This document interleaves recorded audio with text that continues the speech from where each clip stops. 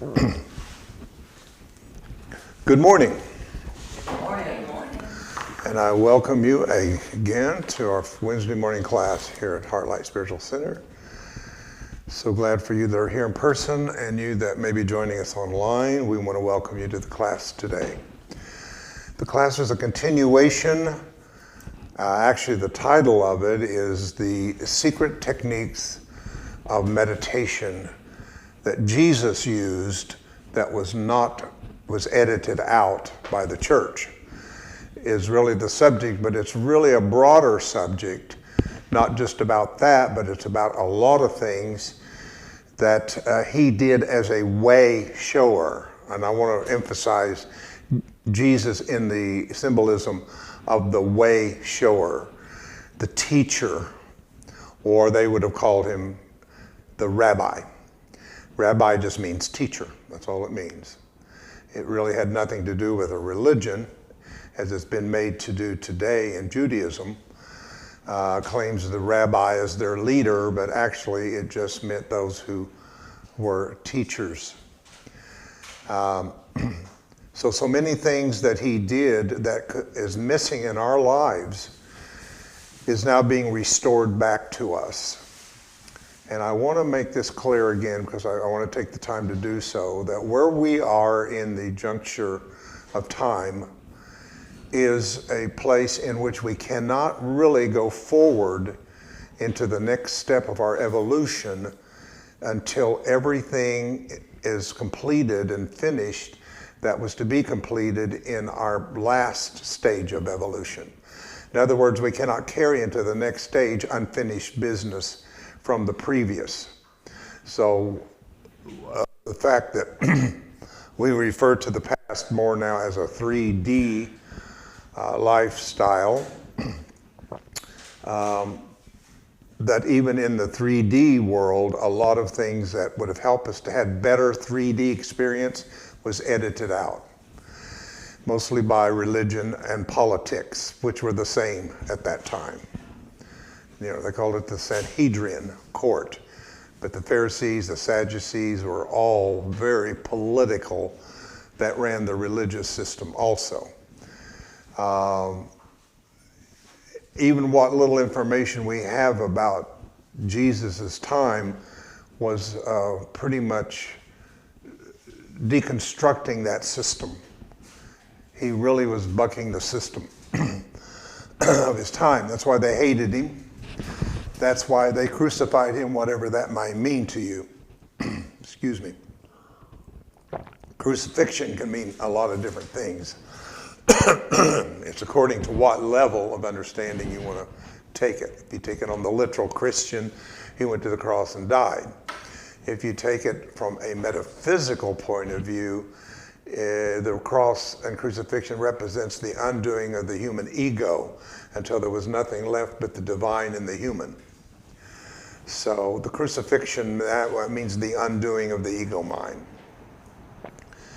Another crucifixion philosophy that I find fascinating is that crucifixion meant excommunication, which meant that he was excommunicated from the bloodline of Abraham, David, and so on and so forth, all the way down to his mother, because in Judaism, it's the mother blood that is carried over more than the dad for identity. So you got to look at Mary a little bit, which they have downplayed Mary pretty much as the little virgin girl. But actually, she was of a bloodline that was very powerful also. And it's the bloodline that was picked to bring forth a man, a human, through that did not and was not affected by the human DNA. So that's why and that's the story. You know, you hear this saying all the time about don't throw the baby out with the bathwater. And that's what I think's been done in New Thought and metaphysics. I think too much has been thrown away without understanding it. I don't believe anymore. I don't believe in Jesus suffered on the cross and whatever. But okay, what does that mean? Why is it still around 2,000 years later? People are still talking about it. About 1.5 billion people on the planet are following the literal teachings of Christianity. It's the biggest religion on the planet. How's it survived and flourished to be that? Because somewhere there are seeds of truth within these dogmas and doctrines. And the universe always accepts the truth in anything. So if you want to do a good lie, put a little truth in it. Because people will resonate more to the truth in the lie than they do the lie. I'll remember that. Mm-hmm. Absolutely. So if you look at the things that really are even going on today, there's a seed of truth in some of the things that are going on that you disagree with a lot, but actually they're wrapped up in a lie that's going on. But people are resonating to the truth part of it and accepting the lie. So do you understand that? If you want to make a lie good, put a little truth in it somewhere. And people will believe the lie because they're actually connected to the truth that's in the lie. You know, you have to really understand the whole psychologically how things work in the world of time and space. And we're so affected by how that all basically works. So anyway, what I'm saying to you is that before we can actually enter into this, whatever you want to call it, 5D, the next level of our human evolution, the next stage, Christians call it going to heaven, but we're all expecting to go somewhere. That's innately in every human being, is this isn't it, but there's something always better. And that's why I think people fall for all this stuff out there. Even people that you might disagree with politically believe that what they believe is happening is something that's happening better for America. Now, you may not believe that, but they believe that. A lot of them. They think that what's happening and what's going on and getting rid of certain systems and certain things and whatever is a good thing, that this is going to make us better people. So I'm just saying, without looking at the form, look at the content of the innate part of humanity that is searching, because the next step is waking up in them and saying, we can't stay here. So whichever side of the aisle you're on, you all agree we can't stay here. Something's got to change. Something's got to happen. That's innate within humanity. Now, how we choose to use it is where our power lies. And that's where the split is, and that's where the polarities between light and dark and good and evil and right and wrong and all of that comes in, is how we're choosing to use this innate awakening of energy that is awakening within ourselves. So, what I'm saying to you, before we can really move in to become the initiate, now, how do I get this over to us? That what we're here, HeartLight, when I say HeartLight, I don't mean just the physical HeartLight. I mean the metaphysical state of HeartLight. Everybody understand that? I mean, we love our oasis, we love our buildings, we love all these kind of things that we have, but HeartLight is more than a building. It's more than a land, it's more than whatever. We're glad for that, but actually it is a space in which a consciousness can be built. So we're building a consciousness here. And that's why these classes are so important, that people take seriously when we have classes, when we have workshops, and all these things. And I want to say to you that a smaller group as we are, how much I appreciate the fact that you support so many of the things that goes on here. You really do. You really try to come to everybody's workshops or whatever we're having here. Many of you are very faithful to support that. And I think that's very important that we recognize you for that. So what I'm saying is the first thing that has to happen before we become an initiate to actually move into changing our citizenship. Isn't that interesting? What's going on today is about citizenship and immigrants and having your passports and all that kind of thing. See, we're so busy going to the bad part of what we think about that we don't realize metaphysically there's something going on in the fact that we're all becoming immigrants to 3D. And they're trying to build a wall to keep us out of 5D. That's what's going on that side.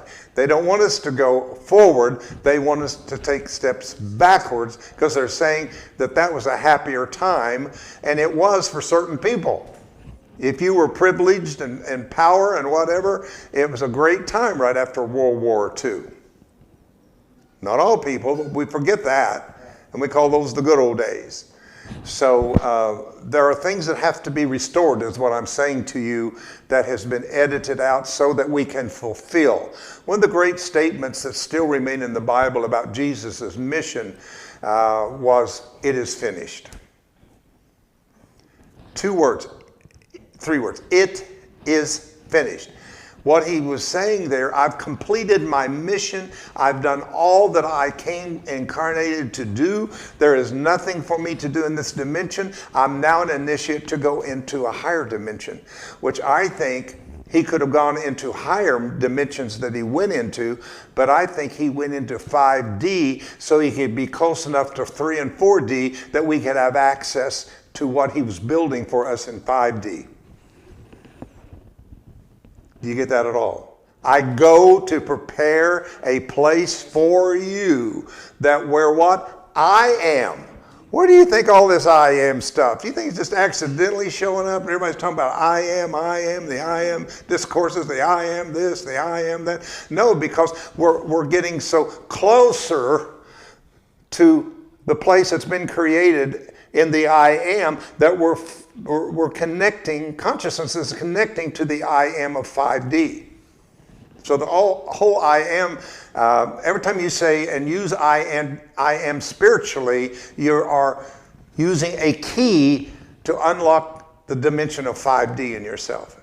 It's very magical. It is the name of God. In the beginning was the Word was with God, and the Word was God. What was the Word? I am. It's not God. That's not the name. I am is the name of God. So when you say God, you're not saying any name. If you call me Harold and B's son, and Jennifer's dad, and Rowan's grandfather, you haven't named me at all. You just given me a bunch of titles and labels based upon my relationship with them. But I'm David, and David is the I am. Does that make sense to you? So this is the gathering of the I am consciousness on the earth and the planet. And I can see as we move into more and more the next months, year or so, that we're going to do more I am teaching here at HeartLight. I think it's going to be very important. So, I said all that to say to you that you're at the time of the crossing. You're at the cross. You're at the cross. Now, at the cross, you've got to realize to move from the cross to resurrection, from the cross to resurrection, metaphysically, you have to have undone all of the ego you have picked up in 3D. That means you have to be a completely different identity. You cannot be the old self you were told you are. You have to be the self you were created to be. Does that make sense to you? So once that you are at that place, then you become an initiate for you to go and change your passport because you're getting ready to travel. And this is a journey, people. That's why people would not stay in a place like HeartLight, because we are a journey ministry. We're not stuck with one dogma or one thought, and even in metaphysics, we're not stuck with one. As much as we glean from Fillmore and unity teachings, as much as we glean from science of mind or other schools of thought, Course of Miracles or whatever, none of those are our destination to go and build a religion on it. Jesus was very clear when he gave Helen Schuckman A Course in Miracles, do not make a religion out of this. This is not to be a theory of religion. It's an undoing of old basic Christian dogma. And that's why I loved and was very drawn to it as a way of correction. So we embrace that here at HeartLight, right? We keep weaving Course in Miracles in because that means we're ready for more correction to happen about our beliefs and what we thought things basically were. So help me out. Does that make some sense to you, what I'm saying to you? That we are in the time of the restitution of all things spoken by the mouth of the prophets in the third dimension that has been edited out by organized religion and held within the archives and the secret places around the world. And we learned in this class that a lot of those secrets were in the architecture of buildings.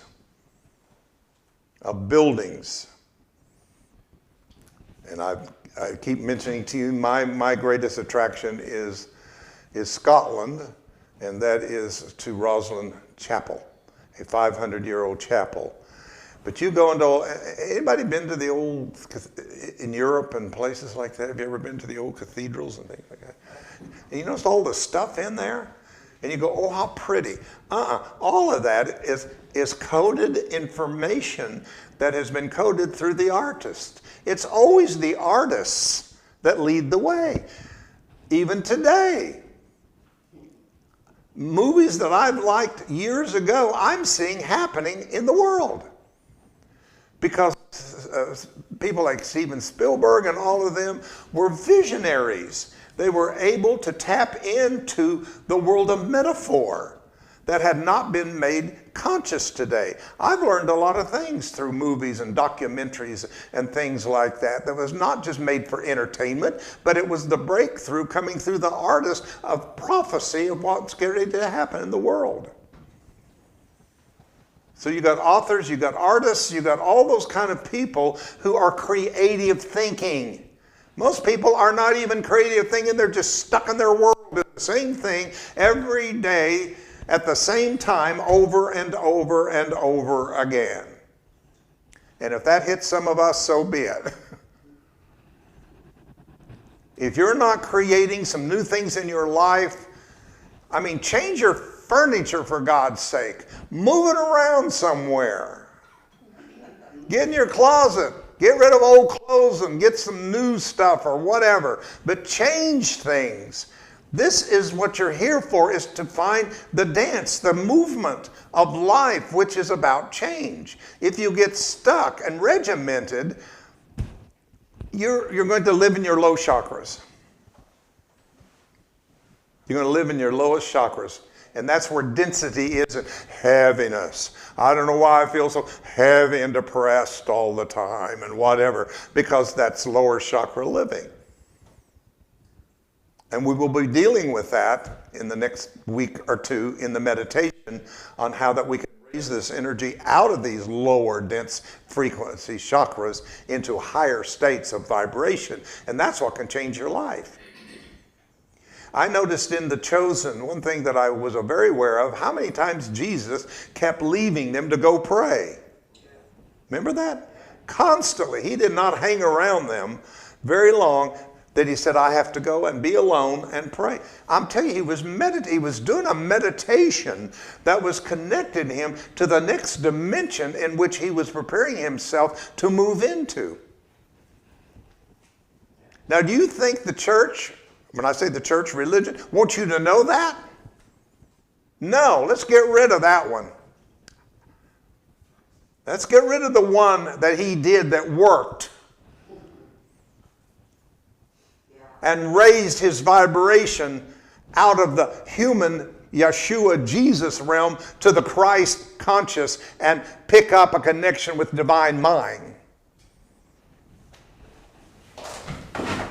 No wonder he said, I'm the way. And you want to throw him out? Then you're throwing the way out. So, here we go. Oh, sorry. I'm used to over there. All right, I'm going to start out with a interesting scripture that nobody much talks about, but to show you how some of the things that were taught 2,000 years ago while he was here is important for us now. And this is it's in the last verse of the book of John. I'm very drawn to the book of John of all the Gospels. I don't trust Matthew, Mark, or Luke. Historically, you'll find out that Matthew did not write the book of Matthew, that he borrowed from Mark and all kinds of stuff, but not John. John is the most pure one because John, of all those, Mark, Luke, and Matthew, Luke, and Mark all did not know Jesus and never directly heard his teaching. John did. So there's a whole movement that you may hear about soon that's getting very popular called the non-dual movement that comes out of the book of John. The non-dual movement. But here it is. And there are also many other things which Jesus did, the which if they should be written every one, I suppose that even the world itself could not contain the books that should be written. Can we read it again? And there are also many other things that Jesus did, of the which, if they should be written every one, all the books in the world could not contain them. Chapter and the verse. It's John, the last verse of that book. The last book of the book. I don't have the verse, but it's the very last one of the book of John that gives us that scripture. So that's saying that everything Jesus did could not even be all written down. So where's the things that he did that could not be written down in books of mankind? John 21, 25. Right. Thank you. John 21, 25. So where are these things that he did that never made it into any of the books? No texts, no Bibles, no anything, no books. Well, they're written in the Spirit. He took them and put them in the Spirit as vibration and frequency. So the true missing word of God is vibration and frequency. It's not language as we know language. And that's why I still am holding on to the reality of spirit language, because I think spirit language is supposed to sound like gibberish to the ego mind. It should feel, it's something you should feel you resist. That's a good thing if you resist it. When I do it or when Leslie does it, I'm not saying every time it is, we're trying to let it be spirit that's doing it and not doing spirit. But when it is spirit that comes through at a time we don't even try or expect it to happen, you should feel, well, that sounds like a bunch of gibberish. Well, I don't know about that. That's pretty weird. That's a good thing. That means your ego's taking attention. Uh-oh, there's something coming through can't control. I don't know. I don't have anything in my memory bank or belief system at all to control that. I don't know what's going on here. And I suggest to you that have that kind of issue with that, relax and by faith receive it for what it is.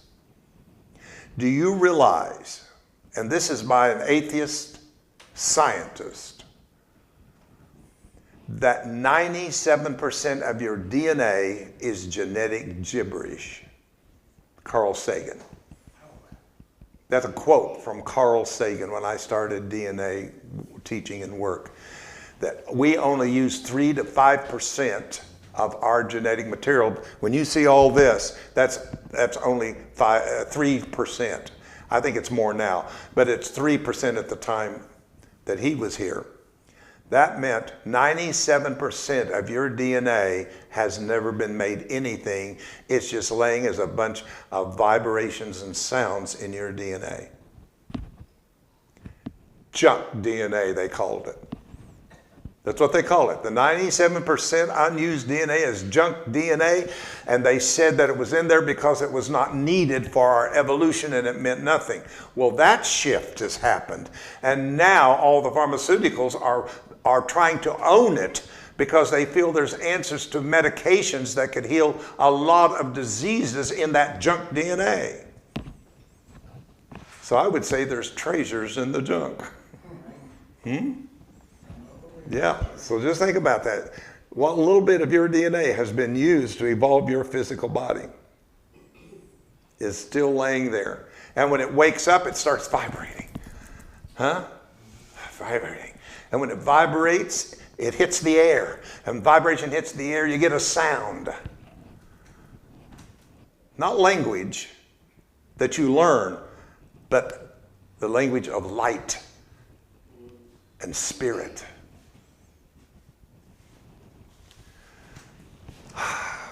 So much I could say. All right. Let's start with the fact that Paul had an experience in which he said, I don't know if I'm in the body or I'm out of the body. So there's a great question that has come up through quantum physics now that we have to look at that has changed everything, is that we have to realize that maybe the mind is not in the body, but the body is in the mind. These are challenging thoughts that are coming up in quantum physics. Are you seeing outside yourself what's out there? Or are you seeing what's out there inside your own mind? And I think that's very interesting that there is this thing about I do not know whether I was in the body or I was out of the body. Because when you get into energy, vibration, and frequency, which Tesla says that is the way to total enlightenment, are those four things that you got to have into your life, that you start realizing, you start breaking down the walls of separation and of time, space, and this versus that. Because all of a sudden, this is that, and that is this. Yeah. Now, I didn't mean to get into this, but when I got into energy work, was a shift out of what religion had taught me. When you use the word spirit, which we do, and it's appropriate for 3D language, but remember, 3D language concepts is overlapping with 5D. So you got two things going on at the same time here. So when we talk about the spiritual body, it is 3D. When we talk about the energy body, we're 5D. And all of a sudden, all spirituality becomes energy in the new language of today. And that's why I said I'm no longer of the paradigm body, mind, spirit. Although I use it as a tool in 3D, it's a great 3D, body, mind, spirit, 3D. People get body, mind, spirit. But when I first read a quote from Einstein and those fathers of quantum, everything is energy. Oh. Wait a minute. So my body didn't have a spirit. My body is energy vibrating so slow that it's perceptible to my five senses. Everything that you're seeing in this room, you're only seeing it because it's such a low vibration that you can perceive it to be what it is. Now, does that mean you're seeing everything in this room? Does that mean you're hearing everything that's going on out there? Can you hear the dog barking out there? Maybe not, but that doesn't mean the dog's not barking because you can't hear it. But you're not in a vibration to hear certain things. When you are, you hear it, or see it, or feel it, smell it, or taste it. And I've used this whole thing of ice, water, and steam as the best simple example that it looks like three different things there, but they're not. They're all six-sided hexagonal water molecules. Same ones. There's not a molecule for steam that's different than the molecule for water that's different than a molecule for ice. Very same thing, or all the same thing.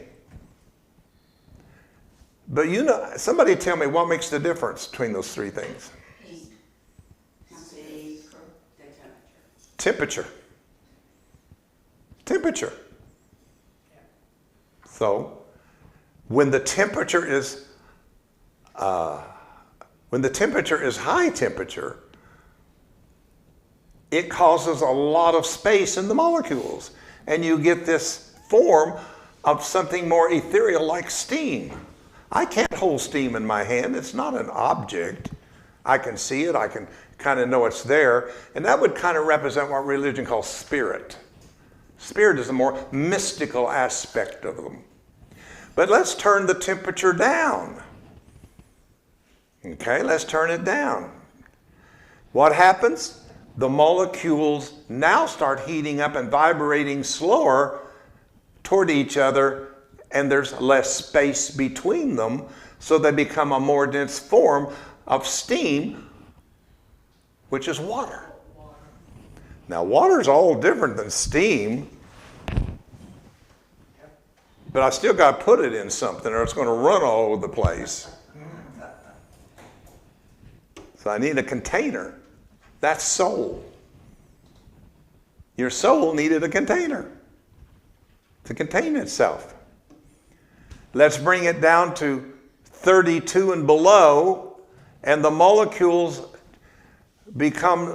change their temperature vibration until they mesh together to create a three-dimensional object called ice. Ice has edges, it has dimensions, it has a height, it has a width, it has a breadth. That's body. But they're all the same thing. So in energy work, we have to train people to realize you're only dealing with energy at different vibrations. You're not dealing with a body, a mind, and a spirit. You're dealing with changing the vibration of energy that takes the form of a body, mind, and spirit. See, this is all, talk about new thought. So this whole thing, whether in the body or out of the body, I do not know. God knows. And I know that this man was caught up into paradise and heard things that could not be told. How many would like to go there? How many would like to experience the dimension of paradise? I would. Now, some people try to get there through religion, emotional religion, and gets all built up and stirred up. Some try drugs, alcohol, sex. There's a lot of ways in which we attempt to get there because it's innately in us to get there. I said religion. It's the first thing I said.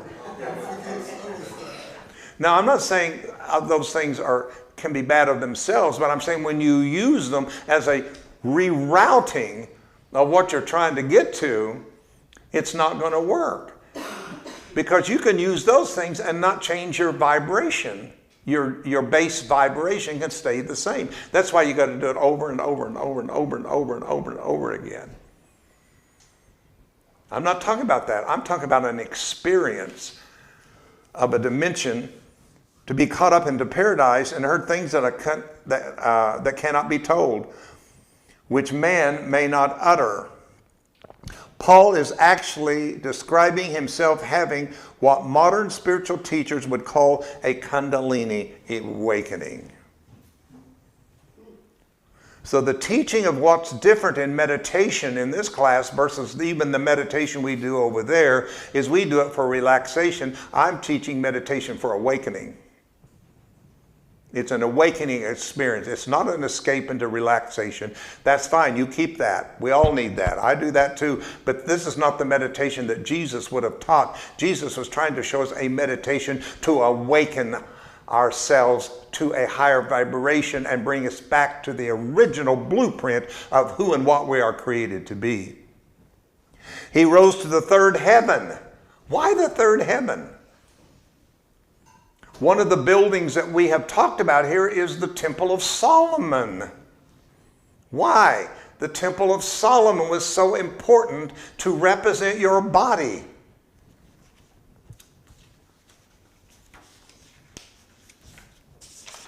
Let's see if I can find.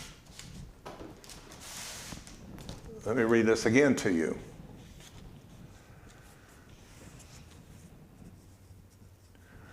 For when Moses was about to erect the tabernacle, he also made it according to the pattern, blueprint, copy, model, which was shown to them on the mount in creating the Temple of Solomon.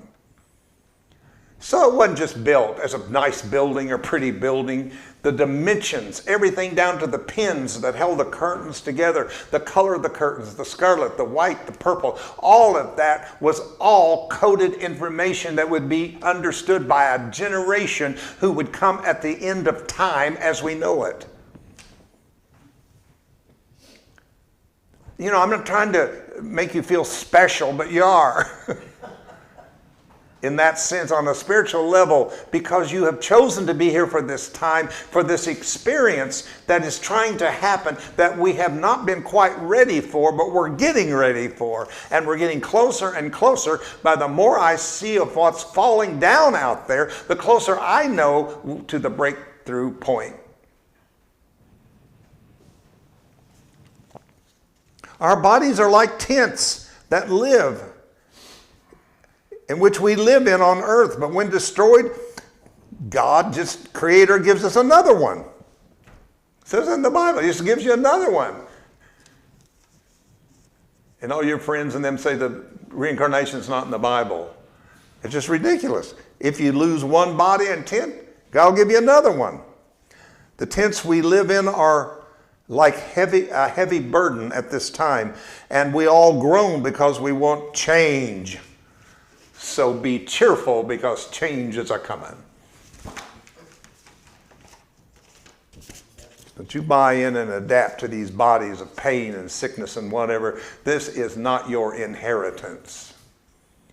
Your inheritance is a physical body in which the blood that runs in those veins are turned to light. And light will run in your veins. Because blood is congealed light. Look it up scientifically. It is light that's caught and trapped in the density of the physical three-dimensional world. And the scripture says life is in the body of the blood of the body, and that the life is the light of all men. If you remember Solomon's temple, the stairs went on the right side. I don't know if Tim can show that again if he wants to. Hello. The stairways went to the right. Again, none of this is accidental. What is it telling us? Why the stairs go up the right side? Why don't they go in the middle or the left side? Because it's telling us that by spiraling up the stairway, we can reach the third level of our consciousness that brings us in to where we can open the third eye to the pineal gland. Where is Solomon's temple? Oh, it's in Jerusalem. Jerusalem. Sure. Thank you. Yeah, it's right in Jerusalem. Right in the middle of war. And it's still standing? It's still standing? With all that? Yeah, the new one is. This is a new one. Jesus said, you destroyed this temple, it should be raised up in 3 days again. And he was talking about his body. But yeah, no, they destroyed the temple. But when the when the I forget what the Muslim people came in and took over the Jewish people. They destroyed Solomon's temple, and then it was rebuilt again. I don't know. You might look that up for me. They have a wall that people put prayers in where the temple was, but I didn't know they had another temple. Oh yeah, the temple, Okay. the temple. I think I'm sure. Terry, Terry's going to look it up and check it out for us. Yeah, do look it up. Look it up. I'm very glad for that. okay. All right. And he's got a tent. Where was it? The third heaven which matches. The third heaven which matches. Can I have your attention? The third heaven which matches exactly with what is talked about in the last chapter. Remember the third chamber of Solomon's temple. That is the same thing. Paul even says he doesn't know whether he's in the body or out, which is exactly how people describe deep meditation experiences when Kundalini rises to the crown chakra. The feeling of leaving our body is a well-known sign that your energy has reached the top center. This isn't just in Christianity. Buddha sat under the Bodhi tree until the same energy rose through his body. Very much. But I'm learning more and more about Christ and Buddha. Very, very much. Moses saw a burning bush in which the fire-like energy reached his third eye. See, that's a silly thing to think about a bush on fire and God speaking out of it. But when you understand what it represents, let me read it again. Moses saw a burning bush in which the fire-like energy reached his third eye. These experiences cross all religions because they're based on the human energy system we all share. Here's what this means to you. Paul wasn't specially or different from you. He simply knew how to sit in silence and let his natural energy rise up his spine. When he talks about being caught into paradise, he's describing what happens when Kundalini reaches crown chakra at the top of your head. The paradise that Paul visited isn't some far off place in the clouds. It is a state of consciousness that opens up your energy and raises you all the way up. It's already inside you, waiting to be discovered. That's what meditation that we're teaching in this class is about. Not relaxation, but about how to activate the energy out of the lower density of chakras and move them all the way up to the crown so that we can have that explosion, that lightning experience of entering into the state of paradise. This explains why Jesus said the kingdom of heaven is within you and why he talked about going to prepare a place. Modern science is even catching up with this ancient wisdom. So this isn't just a religion or a new thought. It's now science is coming into play. Researchers have found that during deep meditation, blood flow increases the right side of the brain. Well, my stairs are gone. Anyway, the stairs are on the right side. Remember, that's important. Where are they going? They're going to the right side of your brain through meditation and raising of vibration. Blood flow increases the right side of the brain, exactly where the Bible said God sits. At the right hand. I've always wondered that. Jesus said at the right hand of God. There's a lot of right-handedness in the Bible that has been taken literally, and that doesn't mean that. It's a symbolism of what is in the right part of the brain is the place in which the presence sits and lives, and that's your pineal gland.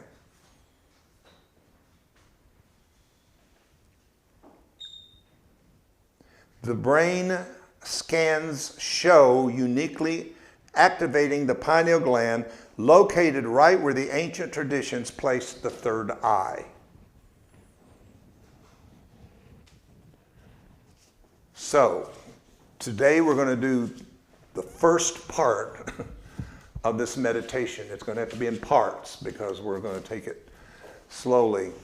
Now, I'm going to tell you right now that there's nothing that secret to a lot of us who have been in metaphysical circles for a while. Meditation is a great part of New Thought. You can't go to a New Thought or metaphysical group or church or whatever in which there's not going to be meditation. I've never entered a Unity church there's not meditation. I've never been to a Science of Mind group that does not have meditation. Meditation is a very much part of it. You don't always see it at Orthodox religions. They're too busy talking to God, begging God, wheeling and dealing with God to be quiet enough to have meditation. But it is a part of us. So this is not going to be a shocker to us, but I hope it's going to make us more attentive. One thing about we've got to be careful about what we do on a regular basis here is not to get too, what's the word I want, too unconscious about it, that it's a tradition and reacting to it. And I think that does go on here on Sunday sometimes. I think we react to certain things. And we don't want to do that. That's why when we do that saying, we are da da da, we got to say it like we've never said it before. Or when we sing the peace song at the end, we got to sing it like we've never sang it before. And we say it's time to meditate or to visualize. It's like I've never done it before. You can't get reactionary with it. You got to stay present and procreative with it. Does that make sense to you? And that's what I hope that we can do that. All right, so let's just talk about breath for the next few minutes that we have left today. So if you get comfortable in your seat as you possibly can.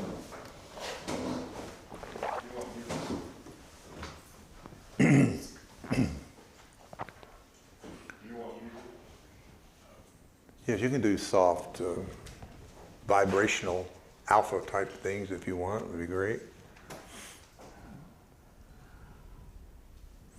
There's a simple breathing technique that unlocks the power inside of you.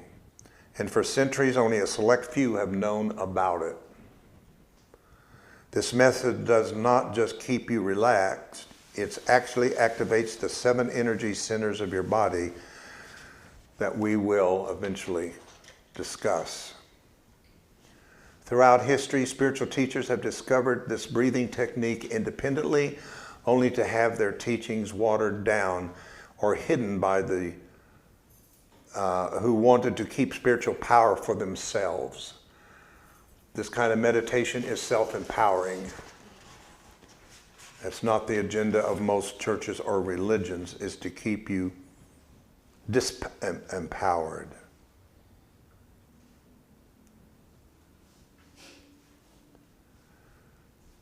So I want you to focus on your breath.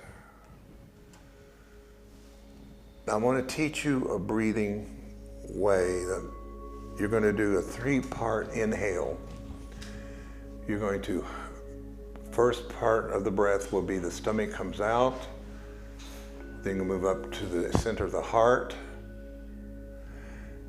and then up to the throat. So you're going. There's 3 parts of it. You're the stomach out, keep it out, go to the heart, bring it up to the heart, into the throat, hold, and then reverse that. Down from the throat, bring in the heart, finally the stomach relaxes. So do that a few times on your own, just a few times breathing in. And I want you to go to the count of 5. So you're counting 5, 3, 4, 5. Hold, reverse, and you're going to go to the count of 6. Throat, heart, stomach. So 5, inhale, 6, exhale.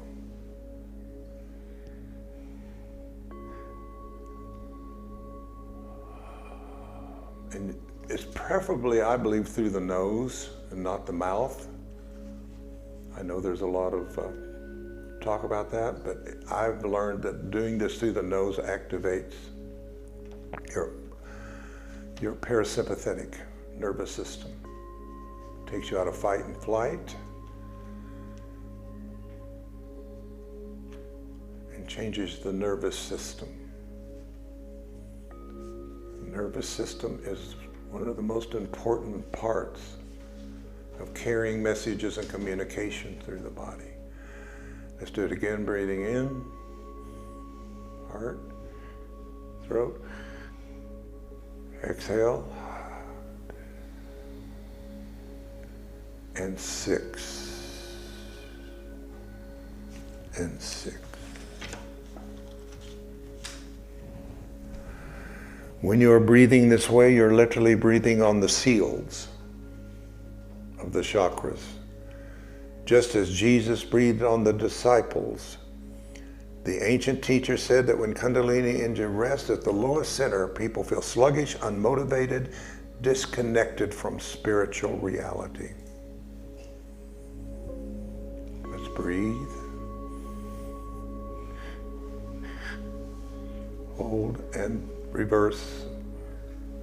2, 3, 4, 5, and 6.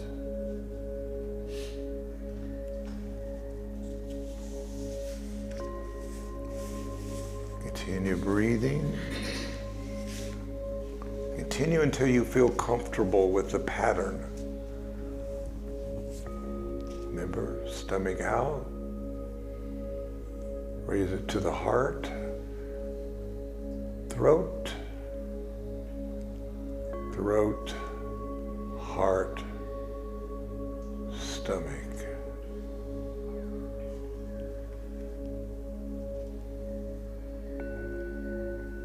And each time you do it, it gets easier and easier, better and better.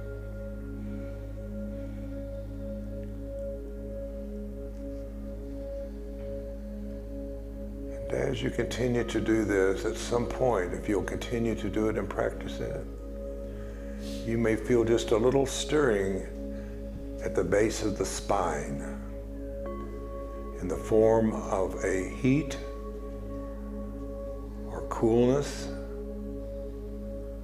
or movement or vibration.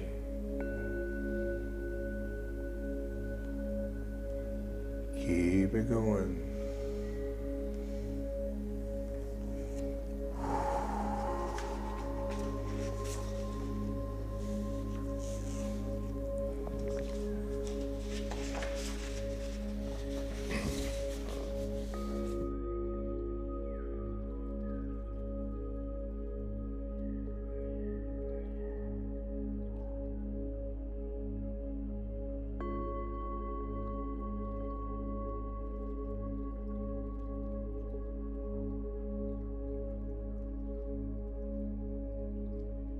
The complete breathing technique.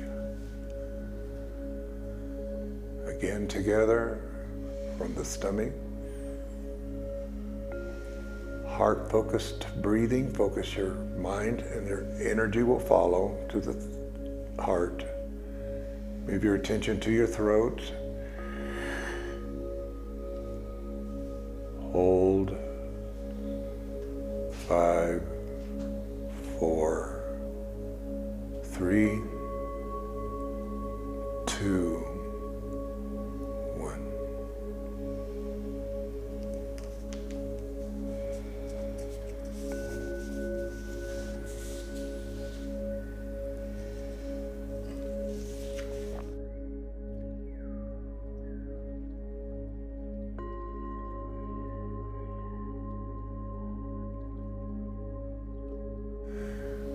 As you're continuing your breathing pattern, realize that you are activating certain things in your energy and physical body,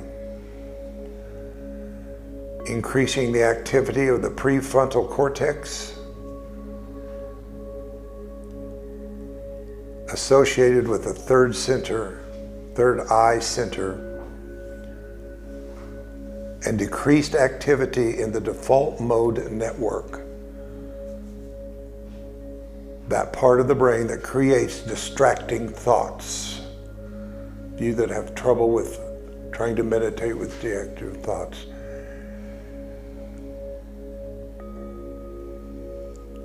Stomach, heart,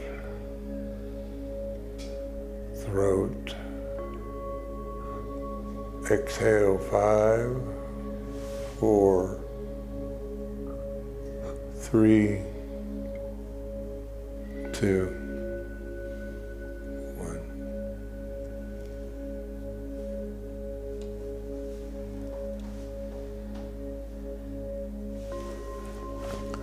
And now you may maintain this focus, silently repeating the simple sound of your mind, the sound of the Om, pronounced A-I-O-M, A-U-M, is how you pronounce it.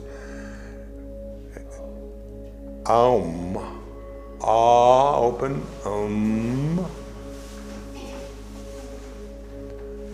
has been used for thousands of years because its vibration helps activate the energy centers.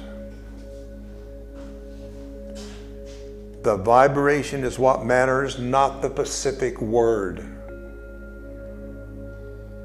Remember, the vibration is the vibration of primordial sound of when the field woke up to itself and had its own moment of self-realization and released the sound of the Om into the universe.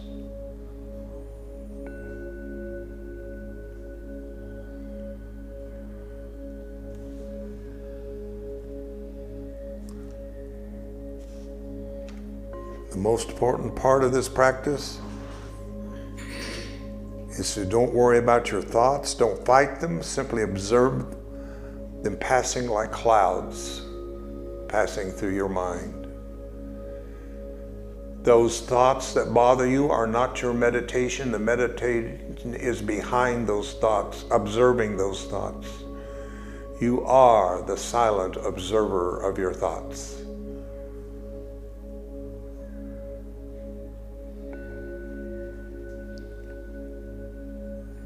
As you continue to breathe through this breathing technique, it will eventually create silence in heaven, described in Revelations 8:1.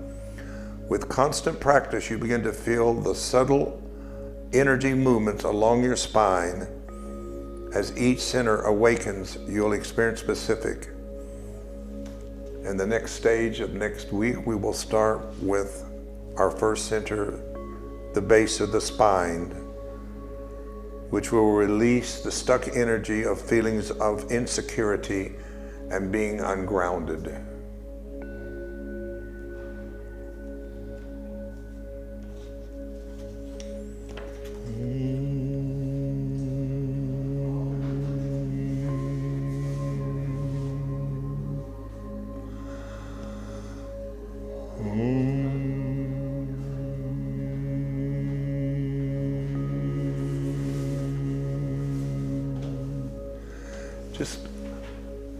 Just do the Om with your lips until it kind of tickles the lips like a vibration.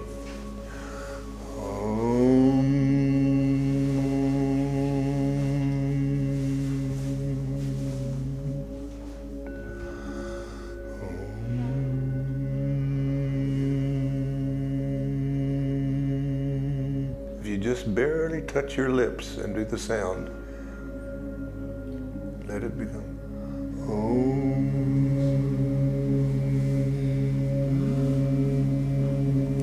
You might feel it all in your face vibrating, activating the meridians under the eyes, at the top of the forehead, all the tapping points,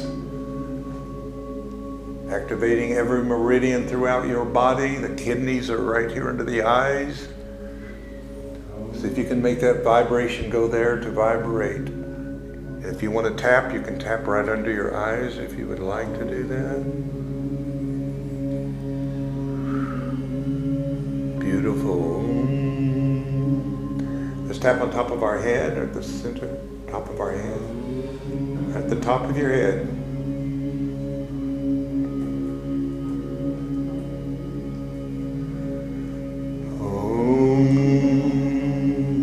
The temples,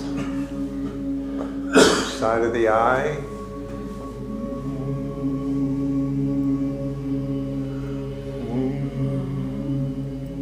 Under the nose.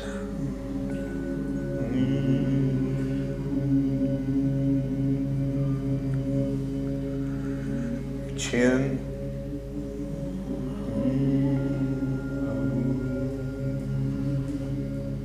Heart.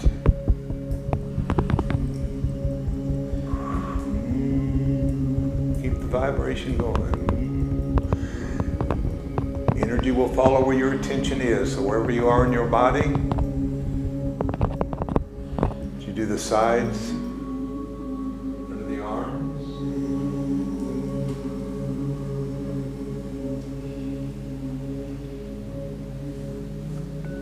The body, the hand.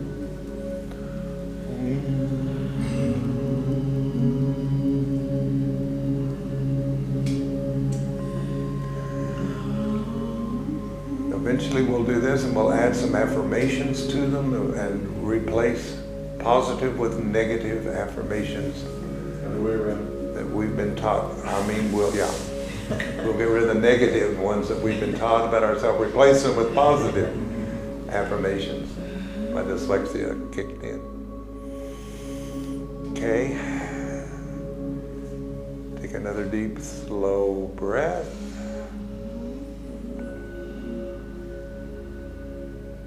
And exhale, this time with a sigh.